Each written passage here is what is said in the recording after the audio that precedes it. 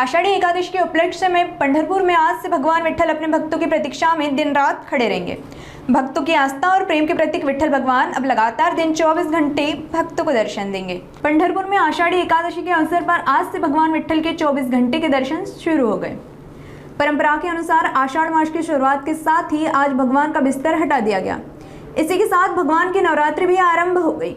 यह वो विशेष समय होता है जब भगवान अपने सभी राजसी समारोह स्थगित कर सिर्फ अपने भक्तों को समर्पित हो जाते हैं। अब 16 जुलाई तक जब तक प्रशाल पूजा नहीं होती, भगवान विट्ठल के दर्शन 24 घंटे खुले रहेंगे।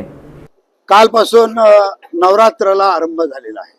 दशमीपर्यंत ही नवरात्र होणार आहे आणि आज श्री विठ्ठलाचा पलंग व माता रुक्मिणीचा पलंग काढण्यात आलेला आहे।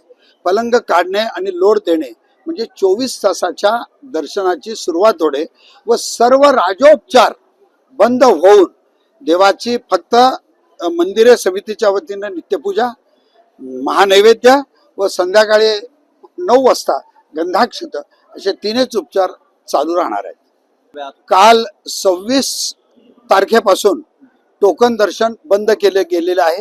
रोज अंदाजे 3600 लोक टोकनवर दर्शन घेत होते, पण हे घेत असताना सुद्धा ऑनलाईन आणि ऑफलाईन मध्ये दोघांनाही त्रास होणार नाही याची मंदिरे समितीने फार जास्तीत जास्त काळजी घेतलेली होती। पण आज जर आपण पाहताल तर आज लक्ष्मण महाराजाच्या मंदिराच्या पुढेही म्हणजे जवळजवळ गोपाळपुरापर्यंत लाईन गेलेली आहे। त्यामुळे लाईन मध्ये थांबलेल्या भाविकाला कसल्याच प्रकारे त्रास होऊ नये यासाठी मंदिरे समितीने आज टोकन दर्शन कालपासून बंद केला। आता 6 तासात दर्शन होत आहे। मिनिटाला 35 ते 40 लोकांचं दर्शन होत आहे।